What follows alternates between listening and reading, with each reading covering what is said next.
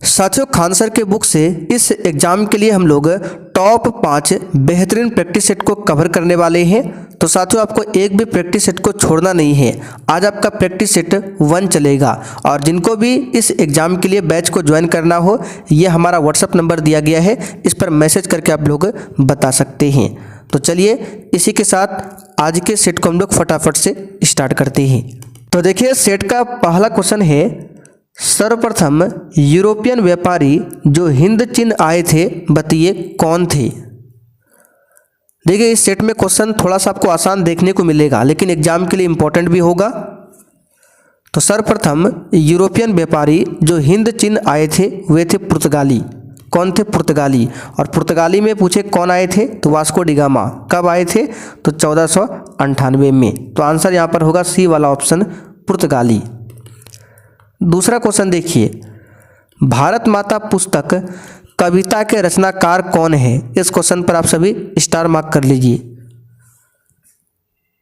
तो भारत माता पुस्तक कविता के रचनाकार है सुमित्रा नंदन पंत। यहाँ पर बी ऑप्शन आपका सही जवाब है, सुमित्रा नंदन पंत। आगे देखिए, जलालगढ़ किला बिहार के किस जिले में स्थित है, बताइए। तो साथियों, जलालगढ़ का किला बिहार के पूर्णिया जिला में स्थित है। कहाँ पर? पूर्णिया में। सी ऑप्शन आपका सही है, पूर्णिया। आगे देखिए, प्रसिद्ध गीत सारे जहां से अच्छा की रचना किसने किया था। एक भी क्वेश्चन को आपको छोड़ना नहीं है, बताइए इसका आंसर क्या होगा। तो सारे जहां से अच्छा इसकी रचना मोहम्मद इकबाल ने किया था। यहाँ पर डी ऑप्शन आपका सही है, मोहम्मद इकबाल ने। आगे देखिए, भारत का अंतिम मुगल शासक कौन था। तो भारत का अंतिम मुगल शासक था बहादुर शाह जफर द्वितीय। ठीक है, यहाँ पर बी ऑप्शन आपका सही जवाब है, जिसे अंग्रेजों ने 1857 की क्रांति के बाद, ठीक है, रंगून भेज दिया था। रंगून कहाँ पड़ता है? वर्मा। वर्मा जो है म्यांमार का ही नाम था, तो वहीं वर्मा में इसकी मृत्यु हो जाती है बहादुर शाह जफर द्वितीय की। और साथियों, अगर आपको इस एग्जाम के लिए 1 लाइनर जीके जीएस का इस प्रकार से वीवीआई नोट्स चाहिए तो बिल्कुल आपको मिल सकता है। देख सकते हैं टोटल 54 नोट्स बन चुका है। ये जो नोट्स है आपके एग्जाम के लिए बहुत ही ज़्यादा इंपॉर्टेंट रहेगा। साथ ही इसी प्रकार से आपको स्पेशल बिहार जीके का नोट्स और क्वेश्चन बैंक आपको मिल जाएगा। ठीक है, ये सब कुछ कहाँ पर मिलेगा, तो यहाँ पर देख सकते हैं, ये हमारा व्हाट्सअप नंबर दिया गया है, इस पर आपको मैसेज करके बताना है कि इस एग्जाम के लिए नोट्स चाहिए। आगे देखिए, हिंदू महासभा के संस्थापक कौन थे। आंसर है पंडित मदन मोहन मालवीय। यहाँ पर फर्स्ट ऑप्शन आपका सही है। आगे देखिए, गांधी जी ने अहमदाबाद से दांडी की यात्रा किस लिए किया था, बताइए। तो गांधी जी ने अहमदाबाद से दांडी की यात्रा जो है किस लिए किया था, तो नमक कानून को तोड़ने के लिए। यहाँ पर बी ऑप्शन आपका सही है, ध्यान रखिएगा। दांडी यात्रा साबरमती से स्टार्ट हुआ था, साबरमती आश्रम से 12 मार्च को, और ये यात्रा चला था 6 अप्रैल तक।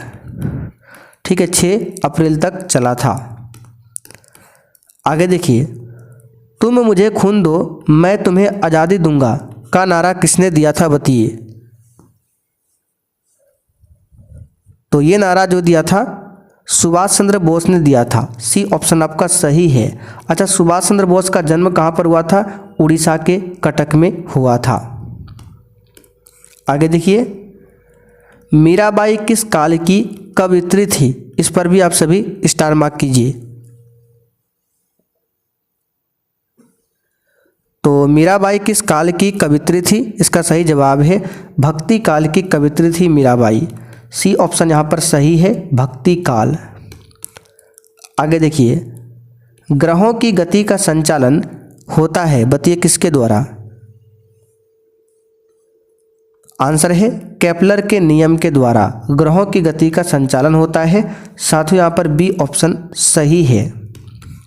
आगे देखते हैं, 1907 में जमशेदजी टाटा द्वारा टिस्को की स्थापना कहाँ पर किया गया था। तो ये क्या था, साकची बिहार में, उस समय साकची बिहार में पड़ता था, वर्तमान में साकची झारखंड में है। तो आंसर होगा साकची बिहार। अगला क्वेश्चन, इस पर भी स्टार मार्क कीजिए। नाइट्रोजन गैस वायुमंडल में कितने प्रतिशत उपस्थित है? तो साथियों, नाइट्रोजन गैस वायुमंडल में कितने प्रतिशत उपस्थित है? इसका सही जवाब क्या होगा? 78%, सबसे अधिक है। और ऑक्सीजन पूछे तो ये 21% है वायुमंडल में। कार्बन डाइऑक्साइड पूछे तो 0.03% के आसपास है CO2 वायुमंडल में। ठीक है, आगे देखिए, CH3 COO CH3 किसका सूत्र है बताइए? तो ये जो है एथिल इथेनॉल का सूत्र है। यहाँ पर सी ऑप्शन सही है। आगे देखिए, मक्खन डैश का उदाहरण है। तो मक्खन जो है ये पायस का उदाहरण है, पायस का। ठीक है, ये क्वेश्चन पूछा हुआ है, इस पर स्टार मार्क कीजिए, पायस का उदाहरण है।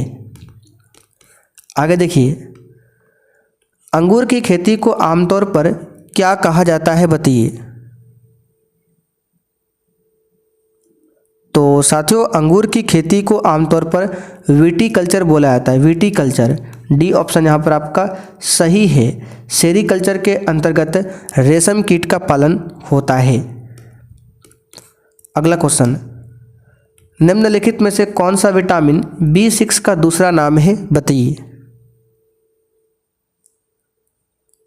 तो साथियों, विटामिन B6 का दूसरा नाम है पायरिडॉक्सिन। इसको याद कर लीजिए, एग्जाम में आ सकता है। पायरिडॉक्सिन विटामिन B6 का दूसरा नाम है। आगे देखिए, पादप वायरस TMV का फुल फॉर्म क्या है बताइए?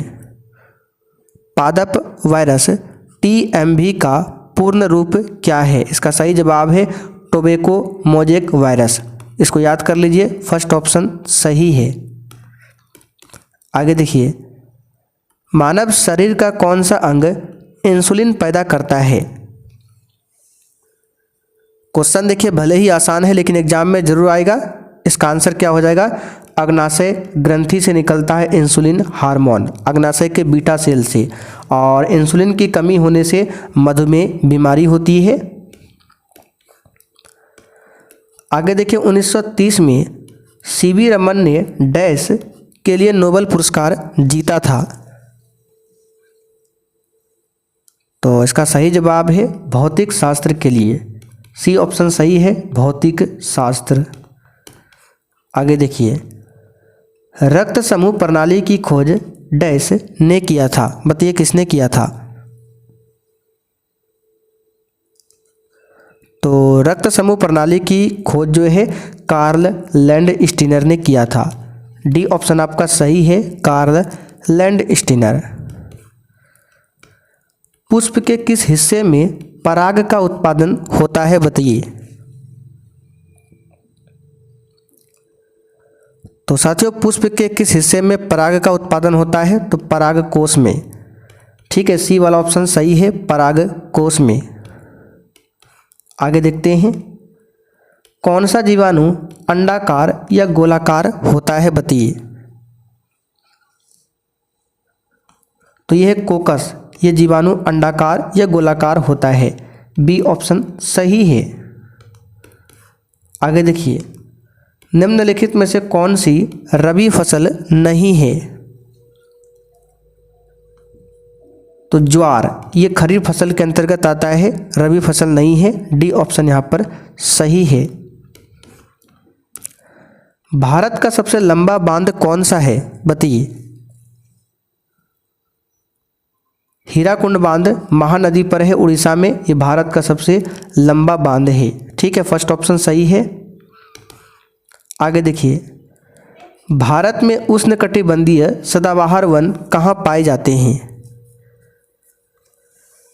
तो पूर्वी क्षेत्र में, ठीक है, अंडमान निकोबार में भी पाया जाता है। तो ये पूर्वी क्षेत्र के अंतर्गत ये आपका असम आ जाता है। तो यहाँ पर सी ऑप्शन आपका सही है, असम में। ठीक है, भारत की स्थल सीमा की कुल लंबाई कितनी है बताइए?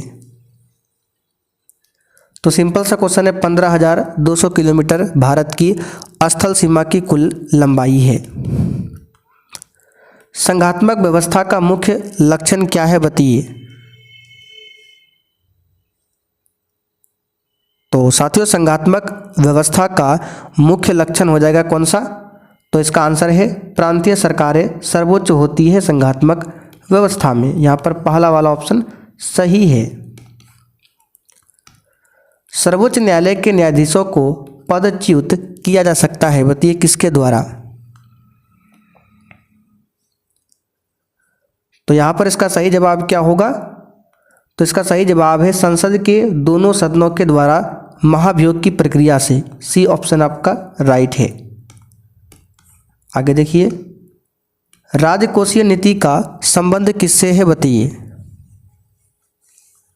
तो राजकोषीय नीति का संबंध हो जाएगा सरकारी राजस्व और व्यय से। यहाँ पर पहला वाला ऑप्शन आपका राइट है।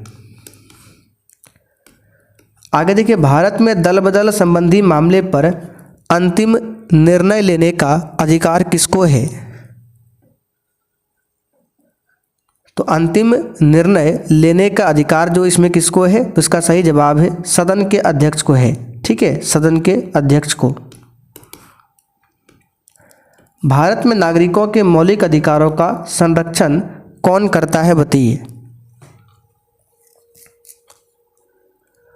तो ये सुप्रीम कोर्ट यानी कि सर्वोच्च न्यायालय करता है। डी ऑप्शन आपका सही है। भारत के राष्ट्रपति पर महाभियोग चलाने की प्रक्रिया किस अनुच्छेद के तहत की जा सकती है बताइए। अनुच्छेद 61 के तहत की जा सकती है। बी ऑप्शन सही है। राज्यसभा के पास लोकसभा के बराबर अधिकार है बताइए किसमें। तो राज्यसभा के पास लोकसभा के बराबर अधिकार है, यह है संविधान के संशोधन में। अच्छा, आप लोग कमेंट करके बताइए संविधान का संशोधन कितने प्रकार से किया जा सकता है। आगे देखिए, भारतीय संविधान का कौन सा भाग संविधान की आत्मा कहलाता है बताइए। तो कौन सा भाग है संविधान की आत्मा कहलाता है, तो उद्देशिका यानी कि प्रस्तावना। आगे देखिए, भारत के राष्ट्रपति को मौलिक अधिकारों के प्रवर्तन के निलंबन का अधिकार प्राप्त है बताइए किस आर्टिकल में। तो राष्ट्रपति राष्ट्रीय आपातकाल के दौरान मौलिक अधिकारों के प्रवर्तन को निलंबन कर सकता है और ये अधिकार प्राप्त है आर्टिकल 359 से।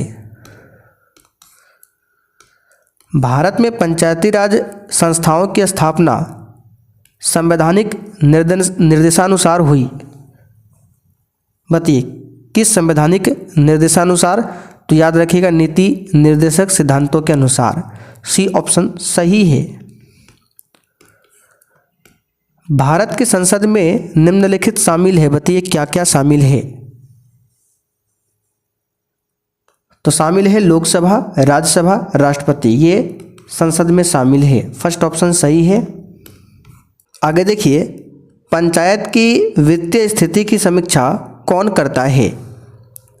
तो साथियों ये राज्य वित्त आयोग करता है आर्टिकल 243 आई के अनुसार। ठीक है, आगे देखते हैं। भारतीय संविधान के आर्टिकल 326 के अनुसार हर राज्य के विधानसभा और विधान परिषद के चुनाव वयस्क मताधिकार के आधार पर होंगे। वयस्क मताधिकार से तात्पर्य है कि प्रत्येक भारतीय नागरिक की उम्र चुनाव में भाग लेने के लिए कितने वर्ष से कम नहीं होनी चाहिए, तो 18 वर्ष से कम नहीं होना चाहिए। ठीक है, यहाँ पर फर्स्ट ऑप्शन सही है। विदेशी निवेश कहलाता है बताइए क्या। तो बहुराष्ट्रीय निगमों द्वारा किया गया निवेश ही विदेशी निवेश कहलाता है। यहाँ पर डी ऑप्शन राइट है। तो साथियों ये सेट आपका यहीं पर कंप्लीट होता है।